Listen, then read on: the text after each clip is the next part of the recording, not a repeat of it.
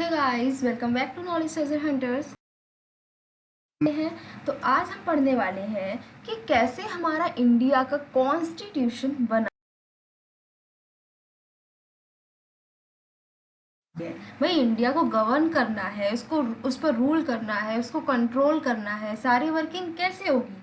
कुछ कहीं पर रूल रेगुलेशंस होंगे, उसके अकॉर्डिंग तो होगी। लोगों की आज़ादी जो अभी नई नई मिली है उसको कैसे सिक्योर रखा जाएगा, राइट? उनके राइट्स कैसे प्रोवाइड रहेंगे, कौन से राइट्स उनको देने चाहिए, कौन से नहीं। ठीक है, ये सारी चीज़ें कौन हमें बताएगा? इंडिया का कॉन्स्टिट्यूशन। इसीलिए हमने सोचा कि क्यों ना हम इंडिया का एक कॉन्स्टिट्यूशन बनाएं। अब कॉन्स्टिट्यूशन बनाने के लिए हमें चाहिए थी एक कॉन्स्टिट्यूएंट असेंबली। इसीलिए डिमांड हुई कि एक कॉन्स्टिट्यूएंट असेंबली होनी चाहिए जो क्या करे, कॉन्स्टिट्यूशन को बनाए। हर कोई तो कॉन्स्टिट्यूशन नहीं बना सकता। भाई जिसको नॉलेज होगी कॉन्स्टिट्यूशन की वही कॉन्स्टिट्यूशन बना पाएगा। इसीलिए कुछ ऐसे लोग थे जिनके पास में बहुत सारी नॉलेज थी कॉन्स्टिट्यूशन को लेकर, बहुत सारे वर्ड की कॉन्स्टिट्यूशन को उन्होंने पढ़ा। उन सब से हमने लोगों को चुना गया और एक कॉन्स्टिट्यूएंट असेंबली बनी। ये तो हमने देखा, लेकिन क्या ये एकदम से कहा कि भाई कॉन्स्टिट्यूशन के लिए एक असेंबली चाहिए और बन गई? ऐसा तो नहीं। स्टेप बाय स्टेप, धीरे धीरे धीरे धीरे सारे काम हुए थे। ठीक है, तो देखते हैं कैसे एक कॉन्स्टिट्यूएंट असेंबली बनी थी। एक कॉन्स्टिट्यूएंट असेंबली बननी चाहिए इंडिया के लिए, ठीक है, जो कि इंडिया का कॉन्स्टिट्यूशन बनाए। ये आइडिया जो है पहली बार 1934 में ही आ चुका था। 47 तक का हमने वेट नहीं किया। जब हमें पता चल गया कि भाई आज़ाद तो हम हो ही जाएंगे, तब ये आइडिया आया जब हम आज़ाद हो जाएंगे तो कैसे इंडिया को एडमिट करेंगे, इंडिया को कैसे कंट्रोल करेंगे, कैसे गवर्न करेंगे, कैसे लोगों की आज़ादी सिक्योर रहेगी, कौन से राइट्स देंगे, कौन से राइट्स नहीं देंगे, हमारे फॉरेन के साथ में कैसे रिलेशंस होंगे। ठीक है, ये सारी चीज़ें जो है उसके लिए कॉन्स्टिट्यूशन होना चाहिए। और वो कॉन्स्टिट्यूशन कैसे बनेगा, कौन बनाएगा? ठीक है, उसके लिए कॉन्स्टिट्यूएंट असेंबली होनी चाहिए। ये आइडिया एम एन रॉय के पास आया, ठीक है, 1934 में। 1934 में ये आइडिया उनको आ चुका था। अब क्या हुआ 1935, नेक्स्ट ईयर क्या हुआ, जो इंडियन नेशनल कांग्रेस थी उसने भी पहली बार ये डिमांड किया कि हमें कॉन्स्टिट्यूएंट असेंबली चाहिए। ठीक है, M N Roy individually demand कर रहे थे, ठीक है, कि कॉन्स्टिट्यूएंट असेंबली होनी चाहिए 1934 में। लेकिन पूरी कांग्रेस ने मिलकर 1935 में ऑफिशियली कहा कि हमको कॉन्स्टिट्यूएंट असेंबली चाहिए जो कि कॉन्स्टिट्यूशन बनाएगी इंडिया की। 3 सालों बाद में 1938 में जवाहरलाल नेहरू ने इंडियन नेशनल कांग्रेस के बिहाफ पर ये डिक्लेयर कर दिया कि जो इंडिया है, ठीक है, एक आज़ाद इंडिया के लिए जो कॉन्स्टिट्यूशन बनेगा उसमें किसी भी बाहरी पर्सन जो है, कोई भी आउटसाइडर है, उसका इंटरफेरेंस नहीं चाहिए हमको। जो भी कॉन्स्टिट्यूएंट असेंबली बनेगी वो अडल्ट फ्रेंचाइजी के बेस पर इलेक्ट की जाएगी और वही सिर्फ जो इलेक्टेड कॉन्स्टिट्यूएंट असेंबली है वही। फिर क्या होता है 1942 में क्रिप्स एक मेंबर थे कैबिनेट के, वो इंडिया में आए। ठीक है, क्या लेकर, एक प्रपोजल लेकर ब्रिटिश गवर्नमेंट का कि ऐसा है कि वर्ल्ड वॉर सेकेंड जो चल रहा है वो ख़त्म हो जाने दो, फिर हम क्या करेंगे, एक कॉन्स्टिट्यूशन बनाएंगे इंडिया के लिए। ठीक है, क्रिप्स प्रपोजल को रिजेक्ट कर दिया मुस्लिम लीग ने, क्योंकि मुस्लिम लीग चाहता था कि इंडिया जो है उसको 2 हिस्सों में बांट दिया जाए। अब क्रिप्स मिशन फेल भी हो गया। क्यों फेल हो गया? क्योंकि 7 मेंबर्स थे उसमें, ठीक है, और वो सारे ब्रिटिश थे। ठीक, अब क्या होता है कि एक कैबिनेट मिशन आता है। क्रिप्स मिशन जो था वो फेल हो चुका था। क्यों? क्योंकि उसने क्या किया, क्रिप्स मिशन ने ये कहा कि वर्ल्ड वॉर ख़त्म हो जाने दो, उसके बाद में हम जो है इंडिया के लिए कॉन्स्टिट्यूशन बनाएंगे। लेकिन कब बनाएंगे, कैसे बनाएंगे, कोई डेट फिक्स नहीं थी। ठीक है, तो इसीलिए क्या करा गया, इंडियंस ने उसको रिजेक्ट कर दिया। नेक्स्ट आता है कैबिनेट मिशन, इंडिया में भेजा गया। ठीक है, इसने क्या किया, इसने रिजेक्ट कर दिया कि 2 कॉन्स्टिट्यूएंट असेंबली जो है वो तो नहीं बनेंगी, लेकिन इसने एक नई स्कीम जो है वो सामने रखी। उसने कहा कि एक कॉन्स्टिट्यूएंट असेंबली होनी चाहिए ठीक है, ऐसी एक हम क्या करेंगे, कॉन्स्टिट्यूएंट असेंबली बनाएंगे। कैबिनेट मिशन में एक्सेप्ट कर लिया गया, हमारी जो डिमांड थी कि हमें कॉन्स्टिट्यूएंट असेंबली बनानी है, हमारी डिमांड एक्सेप्ट हो चुकी थी। अब बात थी कि कॉन्स्टिट्यूएंट असेंबली बनेगी, लेकिन अब क्वेश्चन अराइज होता है कि भाई जो कॉन्स्टिट्यूएंट असेंबली बनेगी उसमें कौन कौन होगा, कितने लोग होंगे, कैसे लोग होंगे, कैसे इलेक्ट होंगे या नॉमिनेटेड होंगे, ये सारे क्वेश्चंस अराइज हुए। तो कॉन्स्टिट्यूएंट असेंबली जो है वो नवंबर 1946 में बनकर तैयार हो चुकी थी। हमारी कॉन्स्टिट्यूएंट असेंबली नवंबर में बन गई थी 1946 में। किस प्लान के अंडर बनी थी? कैबिनेट मिशन प्लान के अंडर। ओके, तो कैबिनेट मिशन प्लान के अंडर जो ये कॉन्स्टिट्यूएंट असेंबली बनी थी, इसमें क्या बताया गया कि कैसी होगी कॉन्स्टिट्यूएंट असेंबली। तो बताया गया कि जो कॉन्स्टिट्यूएंट असेंबली होगी उसमें टोटल 389 लोग होंगे, 389 मेंबर्स होंगे, जिनमें से 296 तो कहाँ से सीट्स आएंगी? ब्रिटिश इंडिया से। 93 कहाँ से आएंगी? प्रिंसली स्टेट से। क्योंकि हमें पता है कि जब ब्रिटिश इंडिया में रूल कर रहे थे तो पहले तो उनकी पॉलिसी थी कि भाई जितने भी राज्य रजवाड़े हैं उनको हटाना है और हमें डायरेक्टली इंडिया की टेरिटरीज पर रूल करना है, ये था। लेकिन क्या हुआ, रिवोल्ट हो गया 1857 में, और उसके बाद में क्राउन ने रिस्पॉन्सिबिलिटी ले ली थी इंडिया को गवर्न करने की। क्राउन ने बोला कि जो भी प्रिंसेस हैं, जो भी राजा हैं जो इंडिया में रूल कर रहे हैं वो रूल करते रहेंगे, लेकिन बस वो रूल करेंगे, लेकिन किसके अंडर करेंगे? ब्रिटिश के नाम के अंडर करेंगे। इसीलिए कुछ ऐसी जगह थी जहाँ पर ब्रिटिश डायरेक्टली रूल कर रहे थे, कुछ ऐसी जगह थी जहाँ पर प्रिंस जो थे वो रूल कर रहे थे। तो ऐसी जगह जहाँ पर प्रिंस रूल कर रहे थे उन स्टेट्स से कितने लोग आने थे, कितने मेंबर्स आने थे? 93। और जहाँ पर ब्रिटिश डायरेक्टली रूल कर रहे थे वहाँ से 296। ये तो बात हो गई कि हाँ इतने लोग होने चाहिए थे, लेकिन क्या ये जितने लोग होने चाहिए थे वो उतने थे? नहीं। 296 जो है ब्रिटिश इंडिया के लिए अलॉट की गई, जिसमें से 292 मेंबर्स जो हैं वो कहाँ से आएंगे? गवर्नर के प्रोविंसेस से। और 4 जो सीट्स हैं वो कहाँ से आएंगी? चीफ कमिश्नर के में क्या होता है। उसके बाद में बोला गया कि जो प्रोविंस है, जो प्रिंसली स्टेट है, वो कैसे सीट्स को, उनको सीट्स कैसे दी जाएंगी? उनको सीट्स अलॉट की गई कि उनके जो एरिया है, उनका जो स्टेट है, उसमें कितनी पॉपुलेशन है, राइट? 1 मिलियन पॉपुलेशन पर एक सीट रखी गई थी। सीट्स जो ब्रिटिश प्रोविंस के लिए अलॉट की गई थी उनको डिवाइड किया गया था 3 कम्युनिटीज़ पर। मुस्लिम के लिए सीट थी, सिख के लिए सीट थी, और जनरल जो और लोग थे उनके लिए भी सीट थी। किस बेसिस पर? पॉपुलेशन के बेसिस पर सीट्स अलॉट की गई। उसके बाद में the representatives of each community were to be elected by members of the community in the provincial legislative assembly. हर कम्युनिटी के जो रिप्रेजेंटेटिव हैं वो कॉन्स्टिट्यूएंट असेंबली में कैसे इलेक्ट होकर आएंगे? उनको इलेक्ट करेंगे उस प्रोविंस की जो लेजिस्लेटिव असेंबली में उस कम्युनिटी के जो मेंबर्स होंगे वो लोग इलेक्ट करेंगे, ठीक है। और वोटिंग कैसे होगी? वोटिंग होगी प्रोपोर्शनल रिप्रेजेंटेशन के मेथड से, और वो भी सिंगल ट्रांसफरेबल वोट के मीन्स से, ठीक है। ये तो बात हो गई इलेक्शन की, क्योंकि कुछ लोग इलेक्टेड थे, कुछ लोग नॉमिनेटेड थे, ठीक है। जो ब्रिटिश इंडिया के लोग थे, ब्रिटिश जहाँ पर डायरेक्टली रूल कर रहे थे, वहाँ से तो जितने भी लोग आ रहे थे वो थे इलेक्टेड, लेकिन जो प्रिंसली स्टेट से मेंबर्स आ रहे थे वो नॉमिनेटेड थे, वहाँ के होते थे, वो ही नॉमिनेट करके किसी को भी भेज सकते थे, इनफैक्ट वो खुद को भी नॉमिनेट कर सकते थे।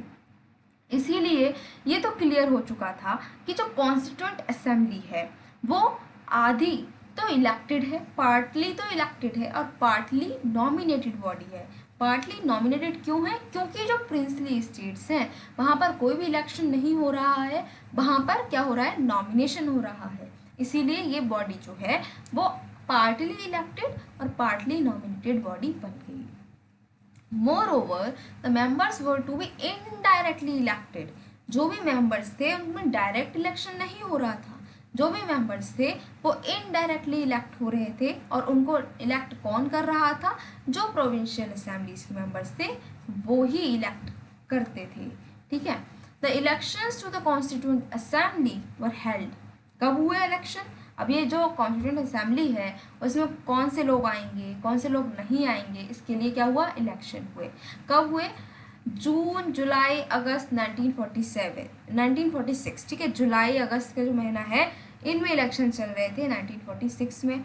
इंडियन नेशनल कांग्रेस को 208 सीट्स मिली थी, मुस्लिम लीग को 73 सीट्स मिली थी और कुछ जो छोटे छोटे ग्रुप्स थे उनको 15 सीट्स मिली थी। लेकिन ये चीज़ हमें याद रखनी है कि जो 93 सीट्स हमने प्रिंसली स्टेट्स के लिए अलॉट की गई थी, नहीं आया था, प्रिंसली स्टेट्स ने पार्टिसिपेट नहीं किया था। Although the Constituent Assembly was not directly elected by the people of India on the basis of adult franchisee, assembly comprised representatives of all sections।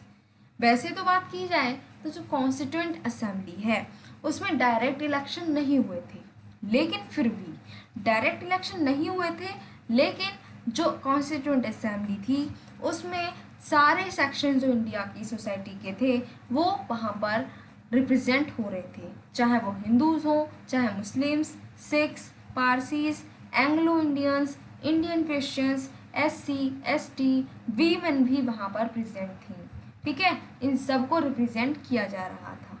एक चीज़ हमें याद रखनी है कि जितनी भी इम्पोर्टेंट पर्सनालिटीज़ थी उस टाइम की, सब जो है असेंबली में इंक्लूडेड थी, लेकिन एक जो बहुत ही इम्पोर्टेंट पर्सनालिटी थी वो वहाँ पर नहीं प्रेजेंट थी, and that personality was Mahatma Gandhi. वो जो हैं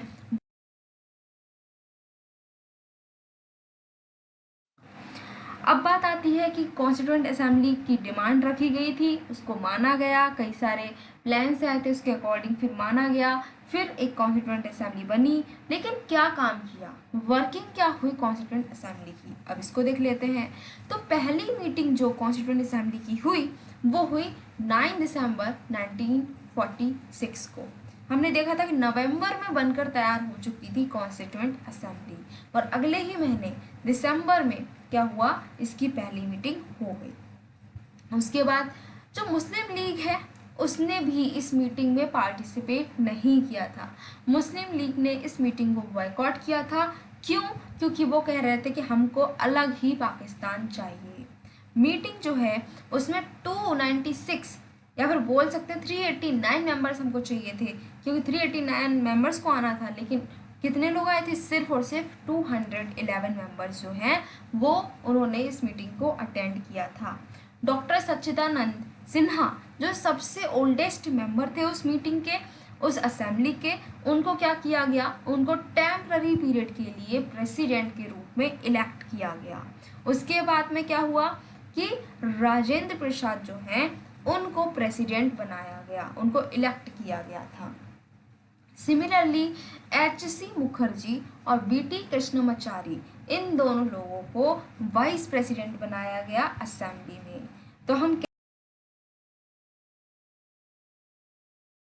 अब बात करते हैं ऑब्जेक्टिव्स रिजोल्यूशन की। तो ऑब्जेक्टिव रिजोल्यूशन क्या था भाई, तो 13 दिसंबर 1946 को जवाहरलाल नेहरू ने ऑब्जेक्टिव रिजोल्यूशन जो है उसको मूव किया था असेंबली में।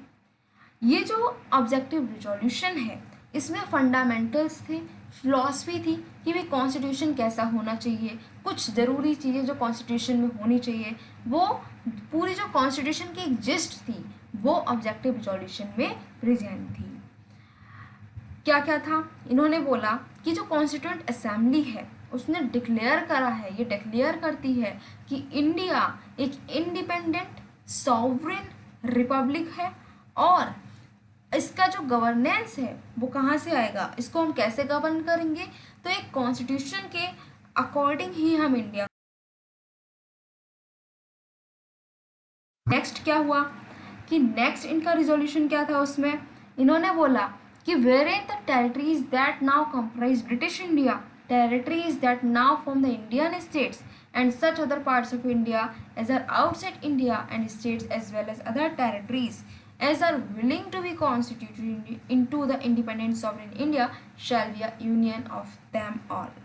क्या बोला गया कि जो टेरिटरीज ब्रिटिश इंडिया में हैं या कुछ टेरिटरीज जो इंडिया से बाहर हैं लेकिन वो इंडिया में ज्वाइन करना चाहती हैं, सॉवरेन इंडिया को ज्वाइन करना चाहती हैं, तो उन सबको मिलाकर हम बोल सकते हैं कि ये क्या होगा, एक यूनियन होगा। ठीक है, wherein the said territories, whether with their present boundaries or with such others as may be determined by the Constituent Assembly and thereafter according to the law of Constitution, shall possess and retain the status of autonomous units together with the regulatory power and exercise all powers and functions of government and administrative, save and except such powers functions as are vested to the union। क्या बोला गया कि जो territories हैं जिनको मिलाकर हम India को यूनियन बोल रहे हैं, वो क्या है, उनकी बाउंड्रीज जो कॉन्स्टिट्यूएंट असेंबली जो है उसको डिटरमाइन कर रही है, ये सारी जो टेरिटरीज हैं ये यूनियन तो हैं, इंडिया के यूनियन का पार्ट तो हैं, लेकिन ये ऑटोनोमस यूनिट्स होंगी, खुद को खुद गवर्न करेंगी, जो भी रेजिडरी पावर होगी वो यूनियन के पास में रहेगी, बाकी पावर बॉडीज के बीच में। नेक्स्ट बोला कि जो पावर और अथॉरिटी सॉवरेन इंडिपेंडेंट इंडिया की है, its constituent parts and organs of government are derived from the people. मतलब क्या कि जो आपकी गवर्नमेंट है, गवर्नमेंट के ऑर्गन्स हैं, ठीक है, जो इंडिपेंडेंट इंडिया है, जो सॉवरेन इंडिया है, इसकी जितनी भी पावर है, जितनी भी अथॉरिटी है, वो कहाँ से आएगी, वो होगी ड्राइव कहाँ से, लोगों से, लोग ही देंगे इसको पावर। ठीक है, next is wherein shall be guaranteed and secured to all the people of India justice in। अब जैसे हम प्रियम्बल में पढ़ते हैं कि हमें जस्टिस है, कौन सा, social, economic and political, equality है किसकी, status of opportunity and before the law, freedom है किसकी, thought, expression, belief, faith, worship, vocation, association and action. ये सारी चीज़ें कहाँ से ली गई हैं, ऑब्जेक्टिव रिजोल्यूशन से, यह यहाँ पर प्रेजेंट की गई थी। वेयर एन एडिक्वेट सेफगार्ड्स जो हैं वो प्रोवाइड किए जाएंगे। क्या कहा गया कि एडिक्वेट सेफगार्ड्स प्रोवाइड हम करेंगे माइनॉरिटीज़ के लिए, बैकवर्ड क्लासेस के लिए, ट्राइबल पर्सन के लिए, या फिर जो आपके बैकवर्ड दूसरी बैकवर्ड क्लासेस हैं उन सब के लिए। Next, whereby shall we maintain the integrity of the territory of republic and its sovereign rights on land, sea, air। क्या कहा गया कि जो जस्टिस और जो लॉ है सिविलाइज नेशन की, उनके ही अकॉर्डिंग हम क्या करेंगे, जो सॉवरेन राइट्स हैं लैंड पर, सी पर, एयर पर इंडिया के, वो मेंटेन किए जाएंगे, एज वेल एज जो टेरिटरी है इंडिया की उसकी इंटीग्रिटी को भी मेंटेन किया जाएगा। Next, this ancient land attains its rightful and honored place in the world and makes it full and willing contribution to the promotion of world peace and welfare of mankind। क्या कहा गया कि जो हमारी land है, जो India है, ठीक है, ये बहुत ही ऑनर्ड प्लेस है पूरी वर्ल्ड में, ठीक है, और हम क्या करेंगे, वर्ल्ड में पीस बनाने के लिए और जो मानवता है उसकी भलाई के लिए अपना जितना भी कंट्रीब्यूशन दे सकते हैं वो देंगे। इसको अनएनिमसली, मतलब किसी ने भी इसको अपोज नहीं किया और इसको अडॉप्ट कर लिया गया 22 जनवरी 1947 को। ठीक है, it influence the eventual shaping of the constitution through all it's subsequent stage.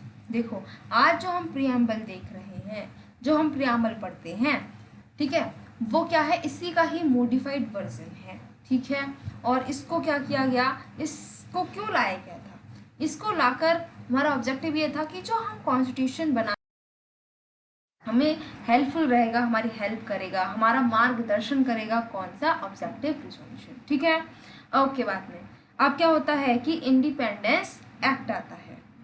Independence act आया तो कई सारे चेंजेस आए, भाई क्या चेंजेस आए, चलिए देखते हैं। The representatives of the princely states, जो अभी तक कॉन्स्टिट्यूशन असेंबली से बाहर थे, उन्होंने कहा था कि भाई हम इसको ज्वाइन नहीं करेंगे, हमें समझ में नहीं आता ये कॉन्स्टिट्यूशन वगैरह। लेकिन अब क्या हुआ, जब हमारा इंडिपेंडेंस एक्ट आ गया तो ये जो प्रिंसली स्टेट्स के रिप्रेजेंटेटिव्स जो अभी तक दूर भाग रहे थे, उन्होंने कहा कि अब हम भी ज्वाइन कर लेंगे, और उन्होंने क्या किया, उन्होंने ज्वाइन भी किया। 28 अप्रैल 1947 को 6 स्टेट्स जो हैं वहाँ के रिप्रेजेंटेटिव्स आ चुके थे, उन्होंने ज्वाइन कर लिया था। ठीक, after the acceptance of Mountbatten plan 3 जून 1947 को जब हमने माउंटबेटन प्लान को एक्सेप्ट कर लिया, जिससे क्या हुआ कि कंट्री का पार्टीशन हो चुका था, तो जो रिप्रेजेंटेटिव थे दूसरे प्रिंसली स्टेट्स के, उन्होंने भी, जो बच्चे कुचे थे, उन्होंने भी अपनी अपनी सीट्स असेंबली में ले ली। ठीक है, मुस्लिम लीग के मेंबर जो थे, जो अभी रह रहे थे, वो ज्वाइन नहीं करना चाहते थे, अब उन्होंने भी कहा कि हम भी ज्वाइन करेंगे, और उन्होंने भी ज्वाइन किया। अच्छा, कौन कौन से 3 चेंजेस जो हैं वो असेंबली की पोजीशन में बना जो है आए गए। ठीक है, इंडियन इंडिपेंडेंस एक्ट ऑफ 1947 ने क्या करे, 3 चेंजेस लेकर आए। किस चीज़ में, जो असेंबली की पोजीशन थी उसमें। कौन कौन से थे? पहला, असेंबली जो है अब वो फुल्ली सॉवरेन बॉडी बन चुकी थी, जो कॉन्स्टिट्यूशन को बना सकती थी, कैसा भी कॉन्स्टिट्यूशन जो इसको पसंद हो वो वैसा कॉन्स्टिट्यूशन बनाने के लिए बिल्कुल फ्री थी। इसने क्या कहा, इस एक्ट ने एम्पावर कर दिया था असेंबली को कि भाई कोई भी लॉ जो कि ब्रिटिश पार्लियामेंट ने इंडिया से रिलेटेड बनाया है, उसको आप चाहें तो ख़त्म भी कर सकते हैं और चाहें तो उसको बदल भी सकते हैं। ओके, नेक्स्ट चेंज क्या आया? नेक्स्ट चेंज आया कि जो असेंबली थी अब वो लेजिस्लेटिव बॉडी भी बन गई थी। मतलब क्या, असेंबली जो है अब उसके पास में 2 काम आ गए थे। पहला काम क्या आया? पहला काम आया कि वो क्या करेगा, जो असेंबली है अब वो पहली चीज़ तो कॉन्स्टिट्यूशन ही बनाएगा। कॉन्स्टिट्यूशन बनाने के लिए असेंबली बनी थी, तो पहला काम तो यही है कि भाई कॉन्स्टिट्यूशन बनाएगा। दूसरा क्या, कि जो ऑर्डिनरी लॉज हैं कंट्री के लिए, कंट्री को रूल, कंट्री को गवर्न, कंट्री को एडमिन करने के लिए, वो सारे लॉज को भी इनेक्ट करने का काम किसका आ गया था? असेंबली का आ गया था। इसीलिए क्योंकि ये 2 काम थे, तो जो असेंबली थी वो अलग अलग दिन पर ये काम करती थी। ठीक है, जो असेंबली की, इसीलिए हम कह सकते हैं कि जो असेंबली है वो पहली पार्लियामेंट बन गई थी फ्री इंडिया की।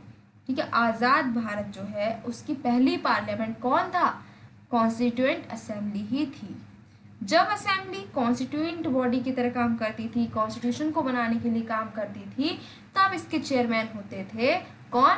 राजेंद्र प्रसाद। लेकिन जब ये असेंबली लॉ बनाती थी, पार्लियामेंट की तरह काम करती थी, तब क्या होता था? इसको चेयर करते थे जीवी मावलंकर। ये दोनों ही फंक्शन कंटिन्यू रहे 26 नवंबर 1949 तक क्या हुआ? ये दोनों फंक्शन चलते रहे। तीसरा काम क्या हुआ? तो मुस्लिम लीग के मेंबर्स थे, ठीक है, जो ऐसे एरियाज से आ रहे थे जो पाकिस्तान में इंक्लूड हो चुके थे, उन्होंने खुद को कॉन्स्टिट्यूएंट असेंबली से दूर कर लिया, वहाँ से विथड्रू कर लिया। अब क्या हुआ था कि जो टोटल स्ट्रेंथ थी असेंबली की वो 299 हो गई थी। ओरिजिनली कितनी थी? 389। लेकिन कुछ लोग जो कि मैं अब क्या हो गए थे, पार्लियामेंट का पाकिस्तान के हिस्सा हो चुके थे, जो ऐसे एरिया से आ रहे थे जो कि पाकिस्तान में पहुंच गए थे, तो उन्होंने खुद को अलग कर लिया, और इसी वजह से जो टोटल स्ट्रेंथ थी कॉन्स्टिट्यूएंट असेंबली की वो अब 299 हो गई थी। Strength of Indian provinces was reduced from 296 to 229 and those of princely states from 93 to 17। ठीक है, state wise membership of the assembly कब की है? ये 31 दिसंबर 1947 की। मतलब क्या, 31 दिसंबर 1947 को क्या था कि जो प्रिंसली स्टेट्स हैं वहाँ से कितने लोग आने थे? अब 70। और जो इंडियन प्रोविंसेस थे, जो ब्रिटिश प्रोविंसेस थे, वहाँ पर पहले 296 मेंबर थे और अब कितने बचे?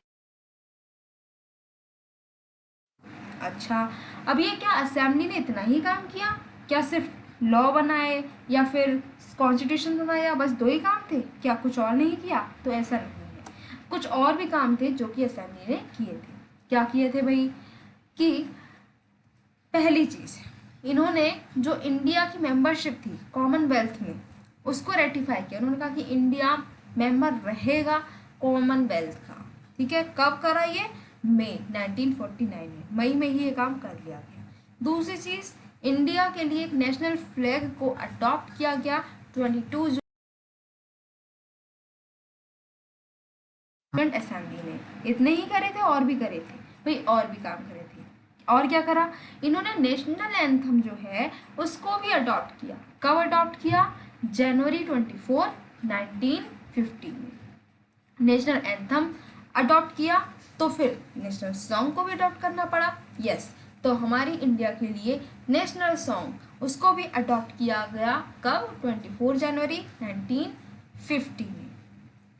डॉक्टर राजेंद्र प्रसाद उनको इलेक्ट किया गया इंडिया के फर्स्ट प्रेसिडेंट के रूप में कब? 24 जनवरी 1950।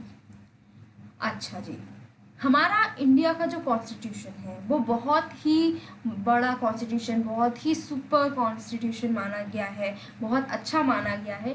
तो कितना टाइम लगा था इस कॉन्स्टिट्यूशन को बनने के लिए? 11 सेशंस जो कॉन्स्टिट्यूंट असेंबली के थे वो 11 सेशंस लगे थे, जो कि 2 साल 11 महीने और 18 दिन में बनकर कॉन्स्टिट्यूशन है जो इंडिया का वो रेडी हो पाया था। कॉन्स्टिट्यूशन मेकर्स ने लगभग 60 कंट्रीज के कॉन्स्टिट्यूशन को पढ़ा था और फिर जाकर कॉन्स्टिट्यूशन को बनाया था। ड्राफ्ट कॉन्स्टिट्यूशन तो 114 दिन में ही बन गया था, लेकिन जो फाइनल पूरा एकदम कंप्लीट कॉन्स्टिट्यूशन है उसको बनने में क्या हुआ? 2 साल 11 महीने 18 दिन लगे थे और लगभग 60 कंट्रीज के कॉन्स्टिट्यूशन को पढ़ने के बाद में ही ये बनाया गया था। कितना खर्च हुआ था भाई? कुछ पैसा भी तो लगा होगा। जी हाँ, पैसा तो लगा था, लगभग 64 लाख रुपए जो है वो खर्च किए गए थे उस टाइम पर। ठीक है, 24 जनवरी 1950 को कॉन्स्टिट्यूंट असेंबली का फाइनल सेशन हुआ था, लेकिन फिर भी ये एंड नहीं था। ये एक प्रोविजनल पार्लियामेंट की तरह काम करता रहा 26 जनवरी 1950 से, जब तक कि नया पार्लियामेंट बनकर रेडी ना हुआ और पहला जनरल इलेक्शन का पार्लियामेंट की तरह इसने काम किया था। और गाइस, इसी के साथ में हमारा कॉन्स्टिट्यूशन बनकर रेडी होता है और हमारा चैप्टर का दी एंड होता है। आई होप आपको सब कुछ अच्छे से समझ में आया होगा। अगर आपको कोई भी डाउट है तो आपको क्या करना है, कमेंट बॉक्स में कट टाइप करना है अपनी क्वेरी को और आपको आपका आंसर मिल जाएगा। ठीक है, अगर आपको ये चैप्टर समझ में आया, वीडियो को सुनने में देखने में इंटरेस्ट आया है तो आपको क्या करना है, आपको चैनल को सब्सक्राइब करना है एंड वीडियो को लाइक करना है एंड शेयर करना है। मिलते हैं नेक्स्ट वीडियो में नेक्स्ट चैप्टर के साथ में। Till then keep your knowledge treasure hunting on.